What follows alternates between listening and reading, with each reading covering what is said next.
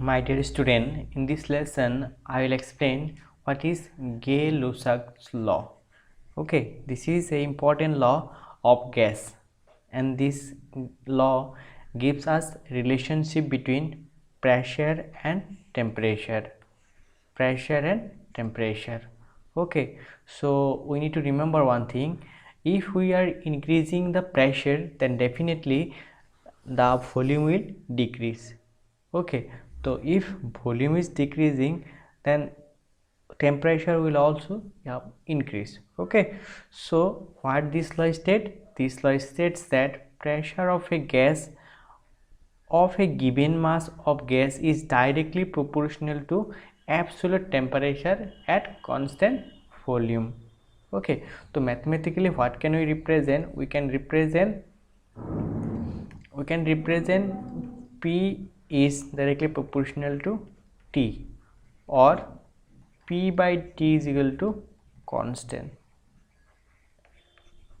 P by T is equal to constant, or we can write it P1 by T1 is equal to P2 by T2.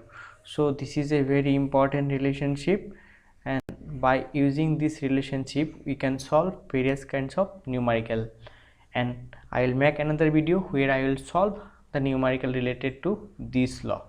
Okay, so now we'll take some graphical representation of this law. So first of all, for this law we need two important graph, and this first one is in between temperature and pressure.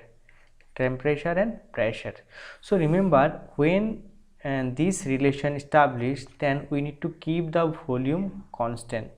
Volume and the mass of the gas is constant. Okay, so when we establish the relationship, suppose this is the initial pressure, so pressure cannot be zero. Pressure, there should be a definite amount of pressure, so this will be the initial pressure, and as it is directly proportional, the graph will be like this. Okay, so we'll take another graph. Suppose this is temperature and this is pressure, and we are taking this is the initial pressure. Then what will be the relation? It will be like this. Suppose when volume is B1, okay, and when volume is B2, okay, this will be the graph, and this constant volume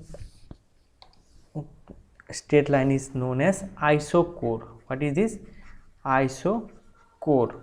When volume is constant, it is called isochore. When temperature is constant, it is called isobar. When temperature is constant, it's called isotherm, and pressure is constant, it's called isobar. Okay, so these two graphs is very important for this Gay-Lussac law. Okay, that's it for today.